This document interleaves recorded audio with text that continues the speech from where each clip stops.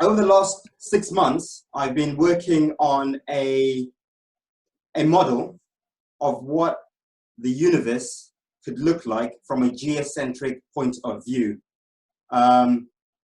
Obviously, we've got the mainstream point of view, which is obviously very wrong in many ways, and possibly right in other ways as well, which I'm going to try and prove today. But the ancients, quite obviously, knew a lot more than we know today about these truths.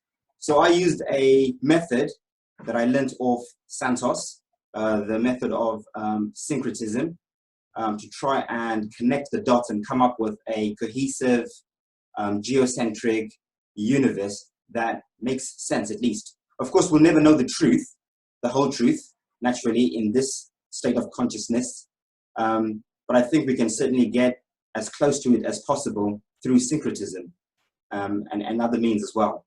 So that's what I've done. I've syncretized mainly 4 avenues. I've syncretized Vedic scriptures, Kemetic Egyptian mythology, Greek mythology, Norse mythology, a bit of the Bible, and a bit of the science we're taught today, mainstream science. There's a lot of truth in there. We just have to be able to decipher what they're telling us, but they are telling us quite a few truths, which I think might be a bit controversial in the flat earth community, but I'm sure my argument is going to be quite compelling, hopefully. Now I'm going to start. I'm going to start from the beginning. My presentation is based on the cosmic egg theory, the theory that our universe is inside an egg or a shell, which is actually a torus field. Okay, everything is toroidal. So I'm going to start from the beginning. Right. So in the beginning, all cultures and even mainstream science tells us that there was nothing, absolutely nothing, the void, emptiness, empty space. Today, science calls it infinite space, time, and matter. Okay. Past cultures also had names for this. The Greeks called it the chaos. The Norse called it the Gunning-gap. The Egyptians called it the noon. This is the void. This is everything and nothingness. This is the multiverse. Okay. I think there's no way to express it or to explain it in any words or level of consciousness that we have now. So we're going to try and use words that we can relate to at best. This space is intelligent, conscious, it is beautiful, it is divine, it is holy. So if I use certain words, they're not going to do this justice, whatever this is, this infinite space, time, and matter. This is the alpha, the omega, the beginning, and the end. Okay? So that was everything and nothingness, the void of infinite potential to begin with. At some point, this void decided to separate a part of itself to create and experience life outside itself, because it can. This is the nature of infinite potential, to use that potential.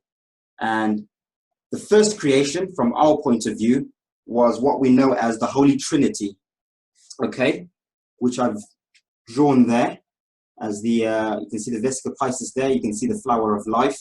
This is the first form of creation in our universe. Mainstream science today calls this the point of singularity or the great attractor. It's the same thing. Religion would call it the Father, the Son, the Holy Spirit, protons, neutrons, electrons, Zeus, Poseidon, and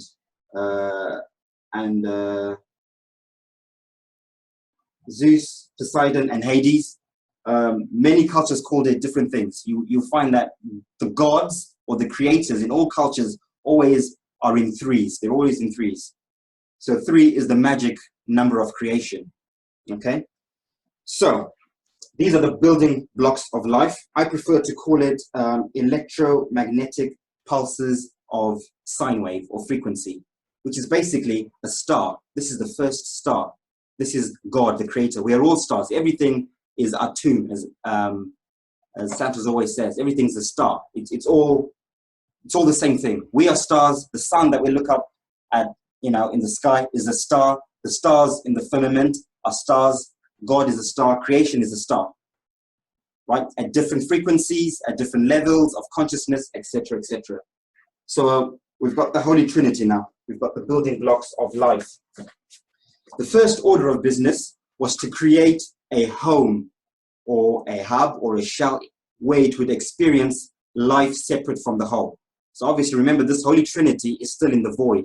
It's still in the infinite potential, but it needs to have its own world in order to create and experience life.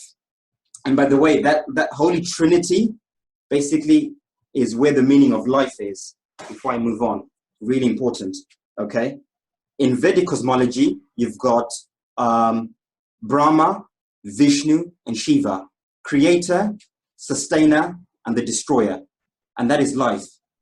That is the cycle of life: birth, experience, and death. That is the blueprint of existence as we know it. Those are the three things we all know for certain. There's no debate. Everyone is born, everything's created, everything lives, and everything has to die and will die at some stage. So that's the first rule of creation, okay? And that is what this Holy Trinity is. And that's where it began. Brahma, Vishnu, and Shiva. Now, it is also worth mentioning that death is never permanent, okay? Death is never permanent. If we're all stars, like I've said, stars never die. Stars are energy. Energy goes and lives forever. So what we truly, truly are lives forever. However, the experiences that we have in their different forms have to die at some stage, which is what reincarnation is. So you are born in this body, in this life, in this age, at this time. You live and you experience whatever you're experiencing at that time, but that must die. That experience must die for you to experience something new, which is what reincarnation is, which is the point of life, because you have to learn from that, you grow from that, you move on. So that's the meaning of life. The meaning of life is creation, experience, growth, and moving on. And then it repeats itself. And you see that with everything. With a tree grows, it lives, it bears fruit or whatever, it dies, and then the next season it grows fruit again, and so forth and so forth and so forth. Energy never ever dies. So death, permanent death, does not exist and never will, because everything is energy, and energy is infinite. Like I've said, all this came from infinite space, time, and matter. Infinite, meaning forever. So there's no such thing as permanent death. Death is temporal, it's temporary. Okay, moving on.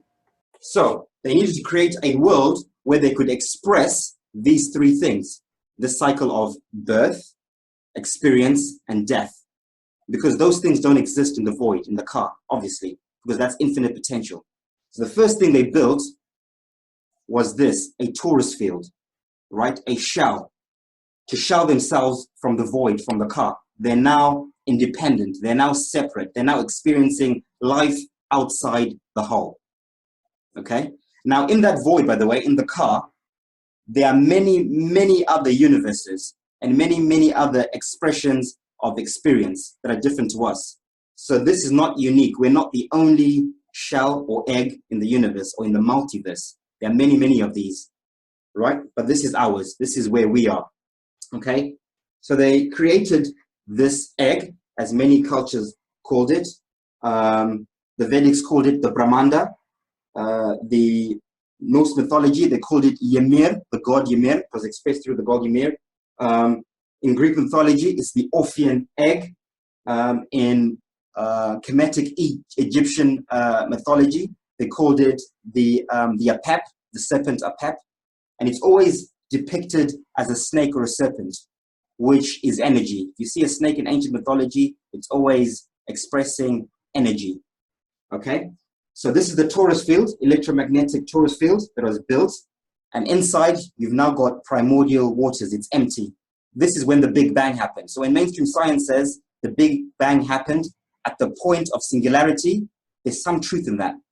What they're not telling us is that that singularity And that process is a conscious, intelligent creation.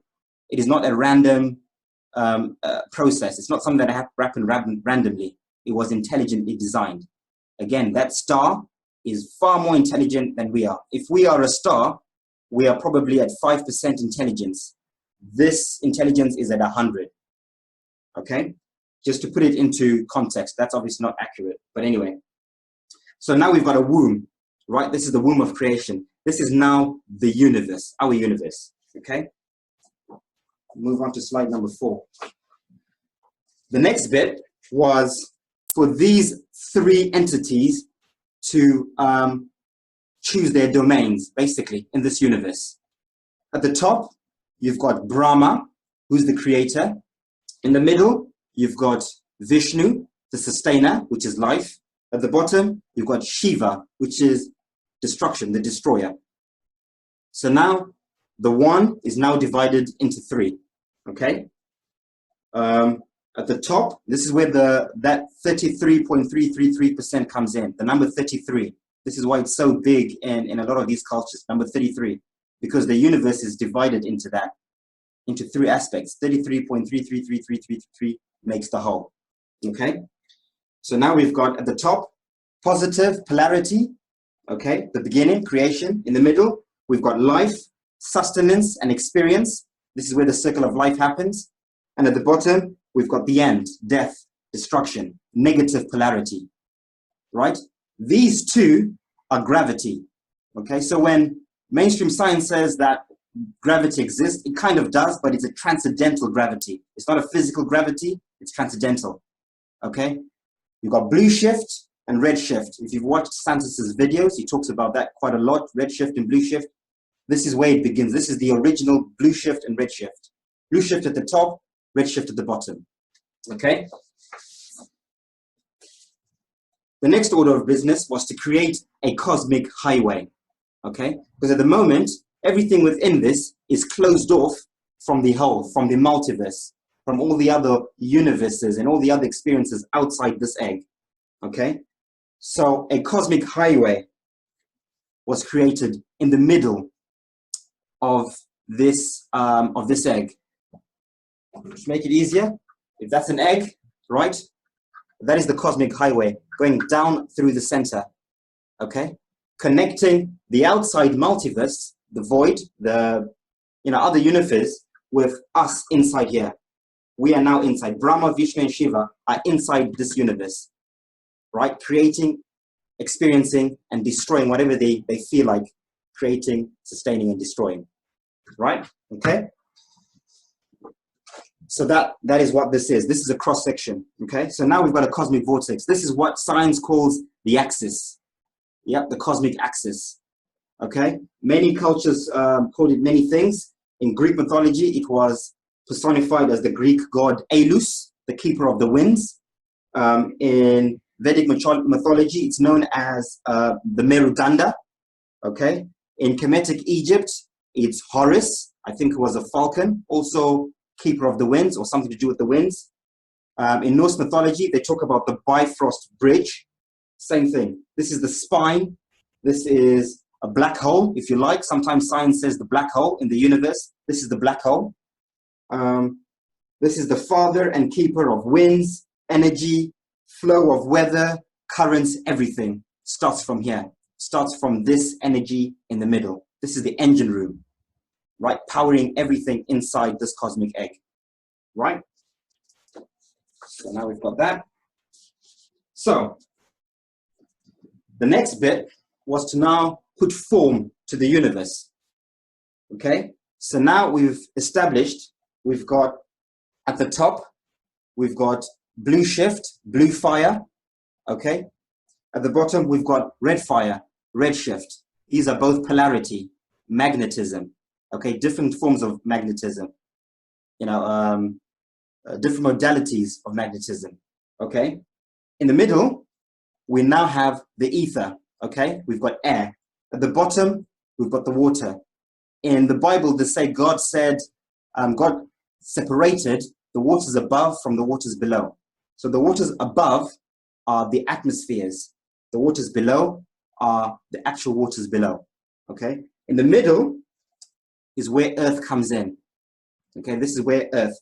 The Kemetic Egyptians said in the middle, in the beginning, God created the Ben-Ben. And Ben-Ben translates to mound or pyramid. Okay, so a mound or a pyramid was created. This is Gaia in Greek mythology. It's Geb, Mother Geb in Kemetic Egypt. Same thing, right? So this tells me that this must be a pyramid of some sort, the earth originally, and probably still is today. Now you see those elements that we always talk about: earth, wind or air or ether, water, and fire, building blocks of life, right? These are the first physical building blocks of life in our universe, right? Earth, where we are, the air above us, atmosphere, the waters below us, and the fire would be the heavens and the hells, top and bottom, right? This is the Bhuloka in Vedic cosmology. Right, I'll try and,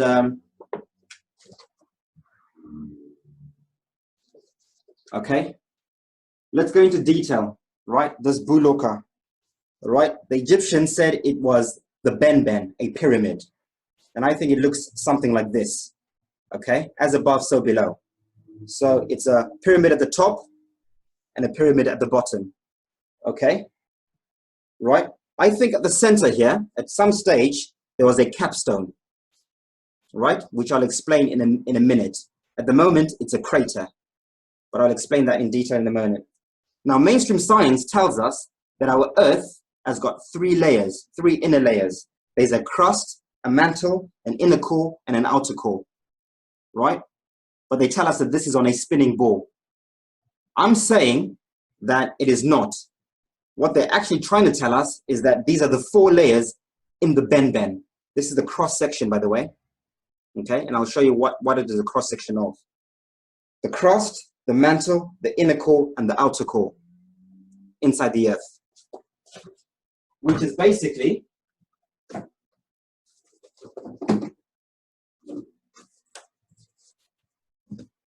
this. This is the Ben-Ben. This is the Earth, but this is the top half. So if you imagine this at the top, there's also a bottom bit, an upside down pyramid. Okay, and that is sitting on the great deep, on the waters below. And above, you've got the waters above, which are the atmospheres, right? So when they tell us that the Earth has got three layers, a crust, a mantle, an inner core, and an outer core, that is inner Earth, inside this Ben-Ben, the layer between the two pyramids. So there's some truth in that, okay?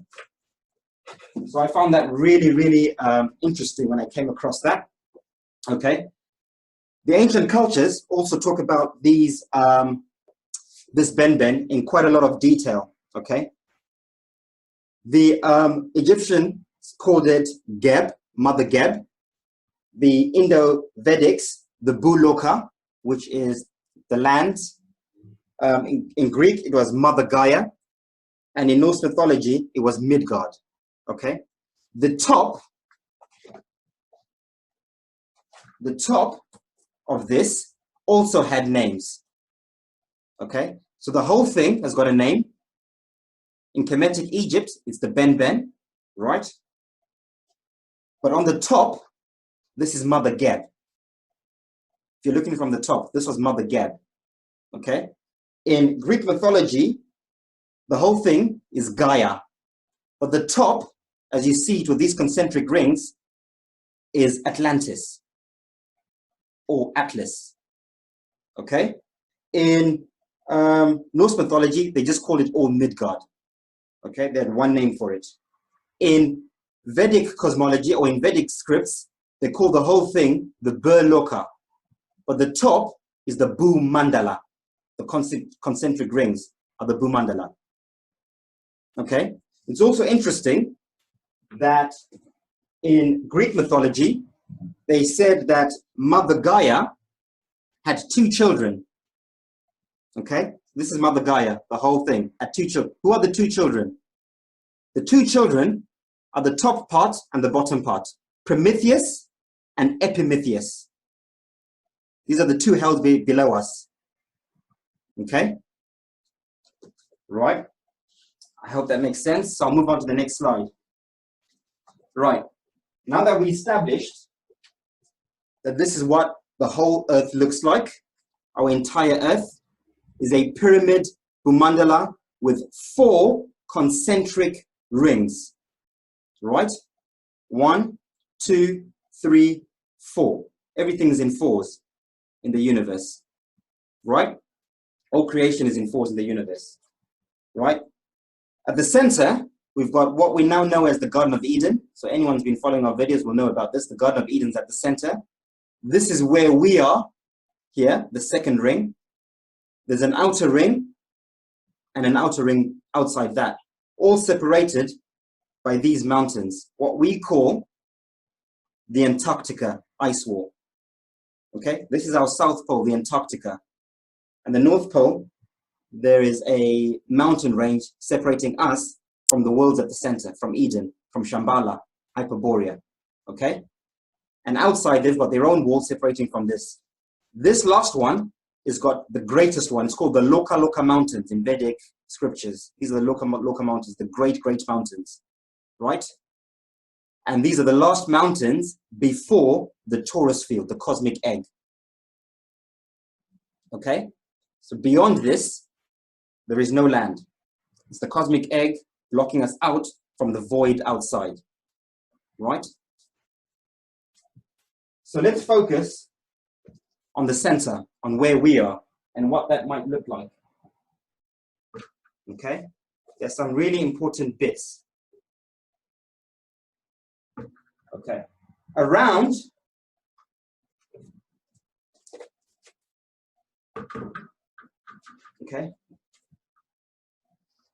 each of these 4 worlds is also a torus field. So remember, this is in a torus field.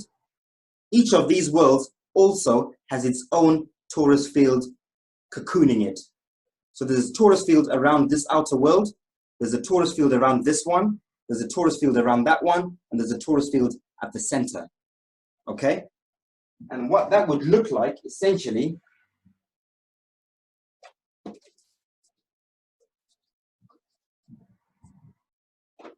is something like this. Okay? From our perspective, from where we are. Right? Almost like those Russian dolls.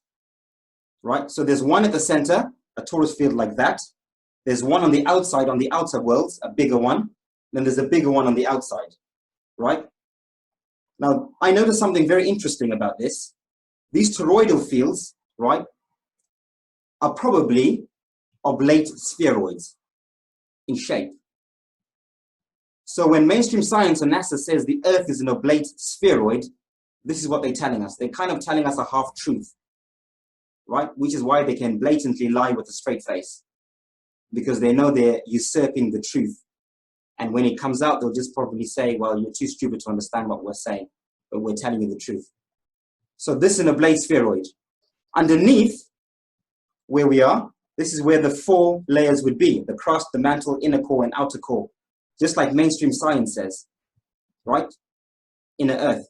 And above us, we've got the 3 atmospheres within our toroidal field. We've got the troposphere, the stratosphere, right? The mesosphere, and the thermosphere inside our torus field. This top bit is what mainstream science calls the Van Allen belt. This is the Van Allen belt, this toroidal field. Right? They tell us there's a field of energy that they cannot go past called the Van Allen belt. This is it. By the way, they also tell us that there are 5 Van Allen belts in the universe. So that's the 4 of the worlds, the 5th one being the outermost one. They also tell us that our universe is covered with cosmic background microwave radiation, which is basically a torus field. So they're telling us that the whole universe is inside a torus field. Cosmic background radiation, electromagnetism. So again, they're telling us the truths, but in a twisted way so that we don't figure out exactly what it is. Okay, so that is what it would look like from our perspective. Right, I also hypothesize that these toroidal fields have got different motions that they're moving at. Okay, so science tells us that the Earth is spinning at 1,000 miles an hour on its axis, yeah, and then it's spinning at 67,000 miles an hour around the sun, and then it's spinning at 490,000 miles an hour in the universe. Again, there is some truth in that. So it's not a complete lie. So the terra firma we're standing on is obviously not spinning, but the toroidal fields around us are spinning, okay? So I've depicted it here on this cross section, okay? So here, we've got the pyramid Bhumandala, we've got the toroidal fields going around each of the lands, over and underneath, right? 1 at the center, 2 where we are, 3 on the outside worlds, and the 4th one on the furthest out worlds, okay? Our toroidal field is probably moving at 1,000 miles an hour, that vortex. And this toroidal field, which is being powered, well, all of them are being powered by that cosmic vortex that we talked about in the beginning. This is the engine room that's powering the energy of all these toroidal fields, right? Because that runs straight through the middle, okay? So that's moving at 1,000 miles an hour on its axis, which is that axis, just like mainstream science tells us. The next toroidal field is moving at 67,000 miles an hour around our sun, which I'll explain why in a minute. And the outer one is moving in our universe at 490,000 miles an hour, the last one. So if these figures are true, and my syncretism is true, or it's close, then this is what I think that means. Okay? Right. The next bit is I want to focus on, give me a sec, guys. Where have I put it? Our torus field and our Earth, where we are. Okay, so that's a cross section of it, the one that I was showing you earlier on. So that is where we would be, the terra firma, the Earth, where we're standing here. This would be the lands at the center, Eden, with its torus field, which mainstream science tells us quite clearly it's an electromagnetic field. At the center, at the North Pole, there's an electromagnetic field, which is the torus field, powered by the sun, so they say. So they're telling us there's a torus field at the center, okay? And this is the Van Allen belt that they tell us about, right? And then we've got the 4 atmospheres: troposphere, stratosphere, mesosphere, thermosphere, like I said earlier on. Underneath us is Earth, right? This is the ground, the crust, the mantle, inner core, outer core, and the waters and everything else sit above on the terra firma, okay? Right. Each of these lands with the 4 different toroidal fields has got a sun and a moon. All of the lands have a sun and a moon, okay? So, if we were to look at it like that,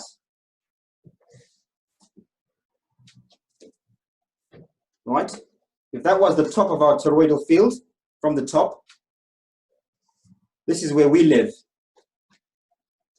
okay? Our torus field, our sun and moon, is the sun and moon that we see every day, that revolves around our torus field. These outer lands have got their own sun and moon, which are Mars and Venus, okay? This outer land, they've got their own sun and moon as well, which is Saturn and Jupiter, the planets Saturn and Jupiter. The center is the only one that's an exception, because the sun and moon there are androgynous, and that's the planet Mercury. So Mercury is both a sun and a moon, okay, at the center. So now we've got the 7 wandering planets. Mercury at the center, inside the sun, like mainstream science tells us, right? You've got the moon, the sun, on the outside, Venus, Mars, Jupiter, and Saturn being the last one. So Saturn, Mars, and Apollo are suns, right? On the other side, you've got our moon, Venus, and Jupiter, which are moons. Okay, and they've got their respective duties or things that they do, which I'll explain a little bit later. Okay, so I'll try and put this together so you can kind of see what it looks like inside the egg. Okay.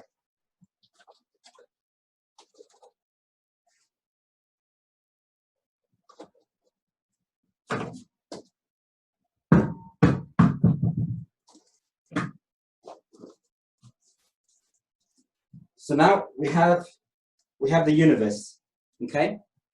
I don't know if you can see it properly. Hopefully you can. Let's put it down a little bit so you can see that. And here it is, okay? That's the top of the Bhumandala. And this is the top half of all the torus fields. Of course, they run through the bottom as well, with the different suns and moons revolving around these torus fields in each of the lands.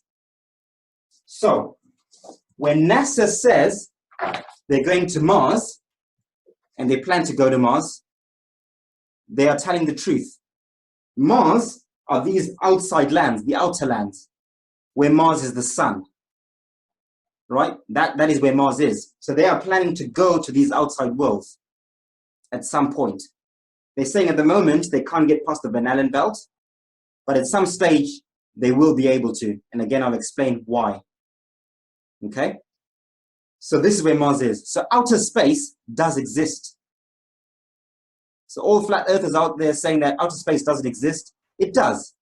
But it's just been usurped. It's not physically going to Mars itself, the sun, Mars, the luminary. That's ridiculous. It's going to these lands where Mars is the sun. That's what they're trying to tell us. Okay? So I'm going to try and stay on track here. Sometimes I get a bit. So that's what the cross section would look like. Okay? You would have the Bhumandala over there, different toroidal fields, Mercury, androgynous at the center, Sun and Moon in ours, Mars and Venus and the outer one, Saturn and Jupiter on the outside, moons and the suns, Sun and Moon at the center. Okay? I think that the suns, Saturn, Mars, and our sun, they revolve. Show you. Okay? They spiral around these torus fields. Okay? Upwards and spiral outwards and down. That's what the sun does. I think the moon follows a linear orbit. I don't think it spirals. I think it just follows one orbit. Or if it does spiral, it's a much slower, slower orbit up and down. And I'll explain why again a bit later. But I think for sure the sun and moon, this is what creates our times, our seasons. When the sun is up here at the center, this is when the northern hemisphere have their summers, because the sun is directly above them, above the North Star, above Polaris at the center. When it's out here spiraling at the edges, this is when the people of the southern hemisphere have their summers.